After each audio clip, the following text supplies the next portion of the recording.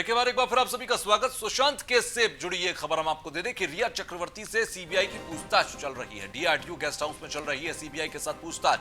सिद्धार्थ पिठानी, नीरज और सैमुल से भी पूछताछ चल रही है। तो ये तस्वीर भी आप देखिए अब से कुछ देर पहले की, जब सीबीआई के हेडक्वार्टर पहुंची थी। फिलहाल आपको बता दें कि सिद्धार्थ पिठानी, नीरज और सैमुल से भी पूछताछ चल रही है। रिया चक्रवर्ती से सीबीआई पूछताछ कर रही है और इस वक्त पूछताछ चल रही है। सीबीआई उन तमाम सवालों का जवाब रिया चक्रवर्ती को देना होगा और ऐसे में रिया चक्रवर्ती इस वक्त उन तमाम सवालों का सामना कर रही हैं।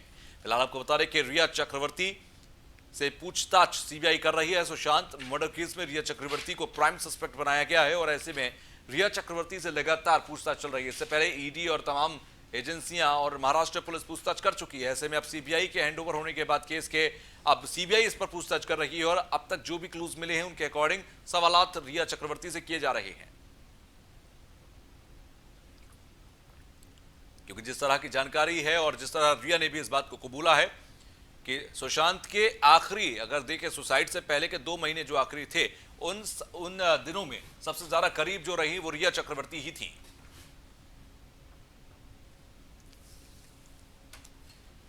तो सुशांत केस में रिया चक्रवर्ती से सीबीआई पूछताछ कर रही है और अभी सीबीआई की पूछताछ चल रही है। डीआरडीओ के गेस्ट हाउस के अंदर सीबीआई पूछताछ कर रही है। रिया चक्रवर्ती से यह पूछताछ का सिलसिला चल रहा है। सिद्धार्थ पिठानी, नीरज, सैमुल से भी पूछताछ चल रही है।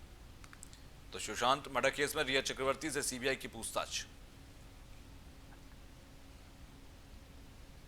तो वहीं भारत में कोरोना मरीजों की रफ्तार भी तेजी से बढ़ रही है। देश में पिछले 24 घंटे में 76,742 नए मामले सामने आए। 24 घंटे में 1,021 लोगों की मौत हुई। अब तक 34,63,973 लोगों में संक्रमण है। 7,52,424 एक्टिव केस हैं। 26,48,999 लोग अब तक ठीक हुए कोरोना से और 62,550 लोगों ने देश भर के अंदर अपनी जान गंवाई है। तो अब तक 34,63,973 मरीज सामने आए हैं। 7,52,424 एक्टिव केसेस हैं। तो वहीं 26,48,999 लोग अब तक कोरोना से ठीक भी हुए हैं। तो 62,550 लोगों ने अभी तक देश में जान गंवाई है और भारत में लगातार कोरोना मरीजों की रफ्तार भी बढ़ रही है। तो देश में पिछले 24 घंटे में मिले 76,742 नए मामले और पिछले 24 घंटे में 1,021 लोगों की मौत हुई। तो वहीं कोरोना को लेकर एक बैठक इस वक्त चल रही है। केंद्रीय स्वास्थ्य मंत्री डॉक्टर हर्षवर्धन की अध्यक्षता में बैठक चल रही है। बैठक में विदेश मंत्री डॉक्टर एस जयशंकर भी मौजूद हैं। केंद्रीय नागरिक उड्डयन मंत्री हरदीप सिंह पुरी भी मौजूद हैं। तो इस वक्त ग्रुप ऑफ मिनिस्टर्स की एक बैठक चल रही है जिसमें विदेश मंत्री डॉक्टर एस जयशंकर, हरदीप सिंह पुरी और डॉक्टर हर्षवर्धन, ये सभी मंत्री मौजूद हैं। फिलहाल एक बैठक कोरोना को लेकर इस वक्त चल रही है जिसकी तस्वीर भी हम आपको दिखा रहे हैं। ये स्वास्थ्य मंत्रालय की बैठक है जिसमें ग्रुप ऑफ मिनिस्टर्स मौजूद हैं, जिसमें नागरिक उड्डयन मंत्री मौजूद हैं, स्वास्थ्य मंत्री मौजूद हैं, विदेश मंत्री मौजूद हैं। तो कोरोना को लेकर ये हालातों पर एक बैठक चल रही है। केंद्रीय नागरिक उड्डयन मंत्री हरदीप सिंह पुरी भी इसमें मौजूद हैं।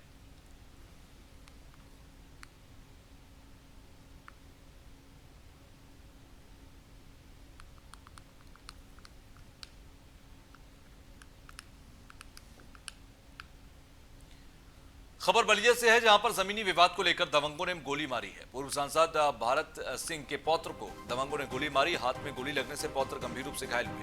परिजनों ने आनंद फानंद में सामुदायिक स्वास्थ्य केंद्र पहुंचाया। सामुदायिक स्वास्थ्य केंद्र में डॉक्टर्स ने जिला चिकित्सालय किया रेफर। जमीन पर स्टे होने के बावजूद दबंगों ने जमीन को जोता। फिलहाल दिन दहाड़े हुई फायरिंग से गांव में हड़कंप मचा है। बैरिया थाना क्षेत्र के नेकराय के टोला गांव का यह पूरा मामला है। तो जमीनी विवाद को लेकर दबंगों ने यहां पर मारपीट की है।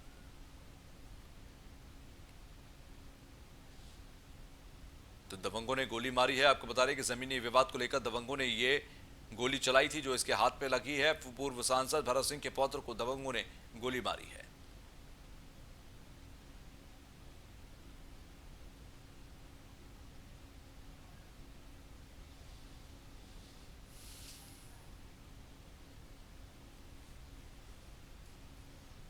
तो सामुदायिक स्वास्थ्य केंद्र में डॉक्टर्स ने जिला चिकित्सालय रेफर कर दिया है और जमीनी विवाद को लेकर दबंगों ने ये गोली चलाई।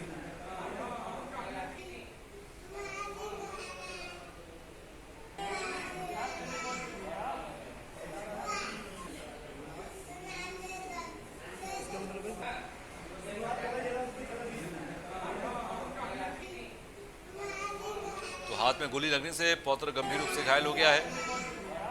आपको बता रहे परिजनों ने आनंद फानन में सामुदायिक स्वास्थ्य केंद्र से पहुंचाया। पूर्व सांसद भरत सिंह के पोते को दबंगों ने गोली मारी।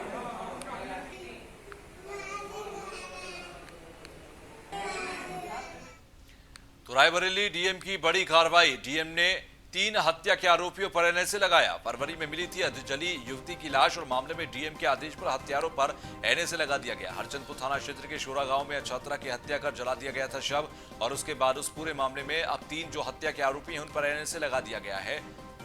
तो यहाँ 3 हत्या के आरोपी हैं, इन तीनों पर एनएसए के तहत कार्रवाई की जा रही है। एक युवती का शव, अधजली लाश उसकी मिली थी रायबरेली में, और उसी को लेते हुए, उसी को देखते हुए यहाँ पर डीएम ने कार्रवाई की है और एनएसए, इन तीनों के ऊपर एनएसए लगाया है। हरचंदपुर थाना क्षेत्र का ये मामला था। रायबरेली डीएम की ये बड़ी कार्रवाई। अधजली लाश मिली थी जिसके आरोपी जो हैं उन तीनों पर एनएसए के तहत कार्रवाई की जा रही है।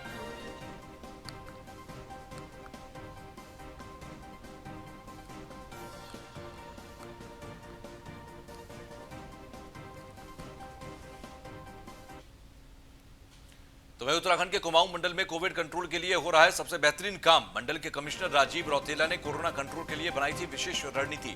उनकी रणनीति की वजह से देवभूमि में ज्यादा नुकसान नहीं पहुंचा पाया है। आपको बता दें कि काम को मुख्यमंत्री त्रिवेंद्र सिंह रावत ने भी कुछ दिन पहले सराहा था, और आज भी राजीव रौतेला ने अधिकारियों को विशेष दिशा निर्देश दिए हैं। तो मुख्यमंत्री त्रिवेंद्र सिंह रावत ने भी इनके काम को आज को सराहा था। राजीव रौतेला ने अधिकारियों को विशेष दिशा निर्देश दिए हैं। मंडल के कमिश्नर राजीव रौतेला ने क्राइम कंट्रोल करने के लिए, कोरोना कंट्रोल करने के लिए तमाम निर्देश दिए हैं। कोरोना कंट्रोल कैसे किया जाए इसको लेकर खास तौर पर कुछ निर्देश दिए गए। तो उनकी रणनीति की वजह से देवभूमि में ज्यादा नुकसान नहीं पहुंचा पाया है कोरोना।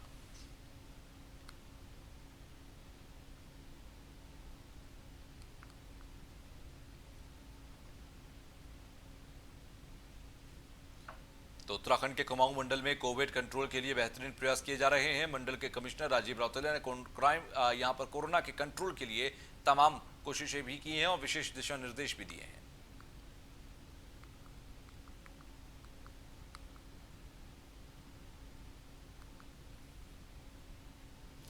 अब खबर आगरा से, जहां पर पुलिस ने हेलो गैंग के 13 लोगों को दबोच लिया है। आरोपियों पर कार्रवाई कर जेल भेजा गया। हेलो गैंग के सदस्यों में मचा हड़कंप। नौकरी के नाम पर लाखों रुपए की ठगी करते थे। कई गांवों में हेलो गैंग के सदस्य बड़े पैमाने पर सक्रिय हैं। पिनाहट ब्लॉक, जैतपुर ब्लॉक के कई गांव हैं जहां पर यह गैंग सक्रिय है। गैंग कर रहा है बेरोजगार लोगों से ठगी। फ्लिपकार्ट और बैंक का एजेंट बताकर लोगों से ठगी करता है। पुलिस की कार्रवाई में हड़कंप मचा।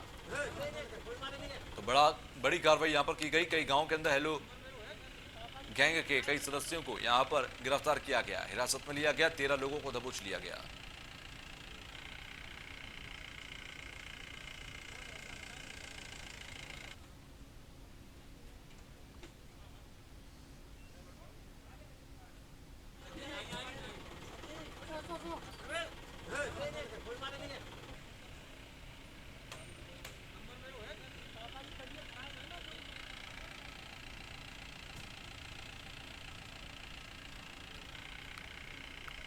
संवाददाता कृष्णा त्यागी हमारे साथ जुड़ गए हैं। कृष्णा, हेलो गैंग के सदस्यों को यहां पर दबोचा गया, 13 सदस्य दबोचे गए हैं, क्या जानकारी मिल पाई है इनसे? जी बिल्कुल तुषार जी, आगरा पुलिस ने 13 लोगों को यहाँ पर दबोचा है। और बताया जा रहा था हेलो गैंग के ये सदस्य काफी दिनों से इतने सक्रिय होकर काम करते थे और ये काफी लोगों को ठगी का शिकार भी बना चुके थे। इनका कई लोगों का पूर्व में कई लोगों का इतिहास भी रहा है। और आगरा एसएसपी बबलू कुमार ने कई टीमें लगाकर इन लोगों को गिरफ्तार करके बड़ी कामयाबी हासिल की है। जी, किस तरीके से ये हेलो गैंग काम करता था और कौन कौन से ब्लॉक्स, कौन कौन से गांव ऐसे हैं जहां पर सबसे ज्यादा शिकार इनके हैं? आगरा के पिनाहट क्षेत्र में सबसे ज्यादा इस तरह के लोग पाए गए जहां पर हेलो गैंग के लोग काम करते थे। बताया जा रहा था ये जो हेलो गैंग के सदस्य थे, सबसे ज्यादा इनके साथ कुछ महिलाएं भी काम करती थी। और ये लोग जो गिरफ्तार किए गए हैं उसमें कई लोग फरार भी बताए जा रहे हैं। आगरा एसएसपी ने कई टीमें अभी भी तलाश में लगा रखी हैं और इन लोगों की कई फरार लोगों की तलाश जारी भी है। ठीक है, चलिए, बहुत बहुत शुक्रिया हमसे जुड़ने के लिए। सीएम योगी आदित्यनाथ का संभावित दौरा है वाराणसी का और शाम 4:30 बजे वाराणसी पहुंचेंगे सीएम योगी आदित्यनाथ। विकास योजनाओं की समीक्षा करेंगे सीएम योगी आदित्यनाथ। विश्वनाथ धाम कॉरिडोर का निरीक्षण करेंगे। काशी में ही आज रात्रि विश्राम करने का भी सीएम का कार्यक्रम रहेगा। रविवार की यानी कि कल की सुबह वाराणसी से फिर रवाना होंगे। तो ये पूरा कार्यक्रम आज रहेगा। शाम को पहुंचेंगे लगभग 4:30-5 बजे सीएम योगी आदित्यनाथ वाराणसी और फिर उसके बाद विश्वनाथ धाम कॉरिडोर का निरीक्षण करना हो, बाबा विश्वनाथ के दर्शन करना हो। कई मर्तबा की बैठक चलेगी अधिकारियों के साथ। कोरोना को लेकर किस तरह से यहाँ पर व्यवस्थाएं हैं उनकी जानकारी ले समीक्षा करते नजर आएंगे सीएम योगी आदित्यनाथ। तो ये पूरा कार्यक्रम रहेगा। इसके बाद रात्रि विश्राम वाराणसी में है और कल सुबह फिर वाराणसी से रवाना होंगे। तो प्रधानमंत्री नरेंद्र मोदी के गृह जनपद से तमाम जानकारियां लेते नजर आएंगे सीएम योगी। तो कोविड के प्रारंभिक लक्षण दिखने पर कल मैंने टेस्ट करवाया जिसकी रिपोर्ट पॉजिटिव आई है। डॉक्टर्स की सलाह से मैंने खुद को घर पर आइसोलेट किया है, यह सतीश महाना की तरफ से कहा गया।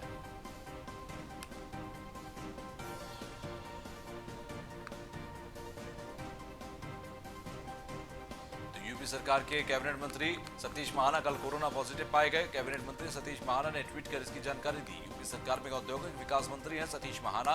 उन्होंने ट्वीट किया और ट्वीट में लिखा कि मैंने टेस्ट कराया था जिसकी रिपोर्ट पॉजिटिव आई है। पिछले कुछ दिनों में मुझसे मिले तमाम जो लोग हैं वो अपना टेस्ट करवाएं। मैंने खुद को घर पर ही आइसोलेट कर दिया है। तो उन्होंने निवेदन किया है कि जो पिछले कुछ दिनों में लोग उनसे मिले हैं वो सभी अपना अपना टेस्ट कराएं।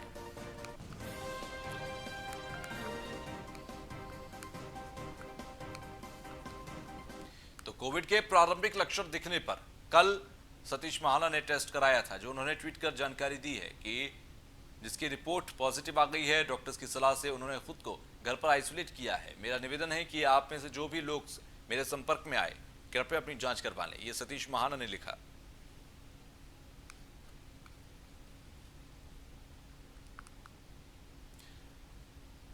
खबर बुलंदशहर से, जहां पर गौशाला के गेट पर एमएलए संजय शर्मा का डेरा, डीएम और एमएलए के बीच बहस का वीडियो भी वायरल हुआ।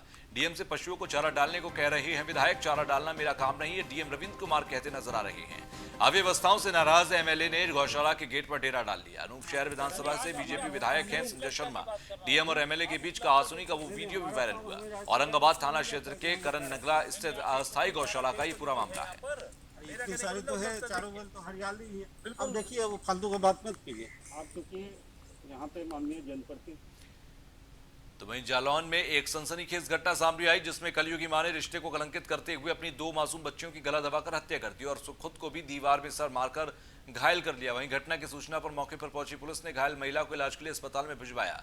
बच्चियों के शव को कब्जे में लेकर पोस्टमार्टम के लिए भिजवा दिया है।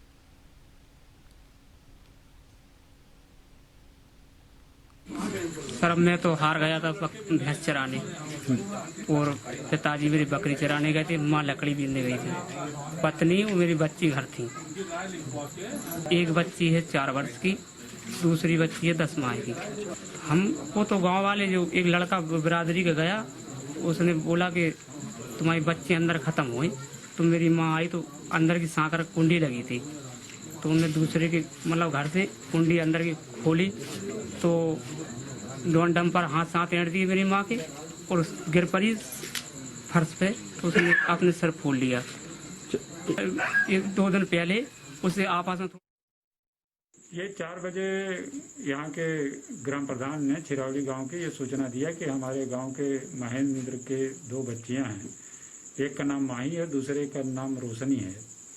और माही की उम्र करीब 4 वर्ष है और रोशनी की उम्र 10 माह है। ये दोनों मृत अवस्था में थी और इस पर थानाध्यक्ष तुरंत यहाँ पर आए। थानाध्यक्ष हेड को भी भेजा गया और डकोर को भी भेजा गया। तो यहाँ पर दोनों। तो वहीं कानपुर देहात जिले की आबकारी टीम और पुलिस टीम को एक बड़ी कामयाबी हाथ लगी है। दोनों टीमों ने मिलकर गांव में अवैध तरीके से बन रही शराब को पकड़कर 120 किलो लहन नष्ट किया। वहीं कुछ लोगों की गिरफ्तारी भी की गई है। माफिया कच्ची शराब को बनाकर कच्ची शराब का अवैध कारोबार कर रहे थे। तो अवैध तरीके से बन रही थी शराब और कार्रवाई कर रहे अवैध तरीके से बन रही शराब पर छापेमारी की गई और 150 किलो लहन भी नष्ट किया गया।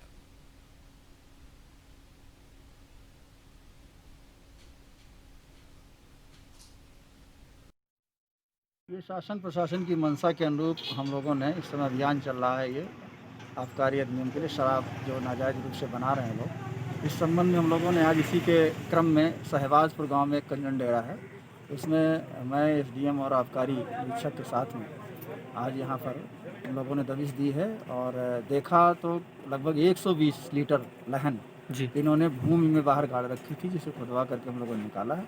जिनके द्वारा ये बनाई गई उनकी गिरफ्तारियाँ भी की जा रही हैं और भी आगे इसी तरीके हम लोग कार्रवाई। तो वहीं यूपी पुलिस के कंधे पर सूबे की कानून व्यवस्था के नियंत्रण की जिम्मेदारी है। कभी उपद्रव तो कभी विरोध प्रदर्शन, हर हालात में पुलिस को लोगों पर काबू पाना होता है। अक्सर उग्र प्रदर्शनकारियों पर काबू पाने के लिए आंसू गैस, रबर और प्लास्टिक बुलेट की फायर की जाती है, लेकिन वही अगर गोलियां फीकी पड़ जाएं तो पुलिस के लिए हैरान होना लाजमी है। जी हां, यूपी के बाराबंकी जिले से ऐसी ही तस्वीर सामने आई। अब सवाल उठ रहा है कि अगर पुलिस को किसी विरोध प्रदर्शन के दौरान गोलियां चलानी पड़ेंगी तो क्या होगा? क्या पुलिस नकली ठाएं ठाएं करती रह जाएगी? लाइन में कप्तान साहब, मैं, सभी अधिकारीगण, सभी एडिशनल एसपी, एडीएम साहब, एसडीएम सीओ साहब यहाँ पे थे, सभी थानों से थाना प्रभारी भी थे। और ये हम लोग में एक अभ्यास था ये कि किसी भी अगर कुछ होती है तो उसमें हम लोग पूरी तरीके से तैयार रहें। हमारे जितने वेपन हैं एंटी राइट से संबंधित है वो सारे तैयार रहें, उनका अभ्यास कर लें। जो ड्रिल हैं वो सारी देख ली जाए, एक बार दोबारा हम सब अभ्यस्त हो जाए ताकि कोई भी परिस्थिति आती है तो उससे हम निपटने के लिए पूरी तरीके से तैयार हैं। देखिए, किसी भी परिस्थिति में जब जनता के लोग किसी मुद्दे पर शासन प्रशासन का विरोध करने का प्रयास करते हैं या विरुद्ध जमाव करते हैं तो हमारी जिम्मेदारी होती है कि हम उन्हें तितर बितर करें, लेकिन उनको हम अपराधी या दुश्मन की तरह ट्रीट नहीं करते हैं। प्रयास करते हैं कि बात समझा कर उन्हें तितर बितर कर दिया जाए, लेकिन जिस स्थितियों में कोई भीड़ उग्र हो जाती है वहाँ पर हमें संयमित बल का प्रयोग करना पड़ता है। हमारे पास लाठी के अलावा कुछ ऐसे उपकरण होते हैं जिनसे हम भीड़ पर नियंत्रण पा सकते हैं। आज इसकी प्रैक्टिस का सेशन यहाँ पर था जिसमें जिलाधिकारी महोदय स्वयं उपस्थित रहे, सारे अधिकारी, राज्य अधिकारी, जिले के एसडीएम। खबर मिर्जापुर से, जहां पर धारदार हथियार से बुजुर्ग की हत्या कर दी गई। खेत में बने मकान में सोते समय हुई हत्या, अज्ञात हत्यारों ने वारदात को अंजाम दिया। पुलिस ने घटनास्थल का निरीक्षण किया, केस दर्ज कर मामले की जांच शुरू कर दी है। तो अहरौरा थाना क्षेत्र के खाजकीपुर का ये मामला बताया जा रहा है, जहां पर मिर्जापुर के अंदर एक धारदार हथियार से एक वृद्ध युवक की हत्या कर दी गई। थाना अहरौरा पुलिस को सूचना मिली कि ग्राम खागजीपुर के धान के खेत के पास एक मकान बना हुआ है जहां किसी व्यक्ति की हत्या कर दी गई है। तत्काल पुलिस मौके पर पहुंची। वहाँ पर पुलिस ने देखा कि राम वृक्ष पटेल जो अपनी पत्नी के साथ सोए हुए थे, उनकी धारदार हथियार से वार करके हत्या कर दी गई है। मौके पर पुलिस ने सारी विधिक प्रक्रिया पूरी की और क्षेत्राधिकारी एडिशनल एसपी तत्काल मौके पहुँचे। घटना के अनावरण का प्रयास किया जा रहा है। जांच के दौरान क्या पाया गया कि मतलब कैसे हुई हत्या, क्या कारण हो सकता है? प्राथमिक दृष्टि पर अभी बिंदु हमें मिले हैं जिस पर हम जांच कर रहे हैं। अभी ये कह पाना जल्दी है, लेकिन घटना के सारे पहलुओं पे विचार करके घटना का जल्द अनावरण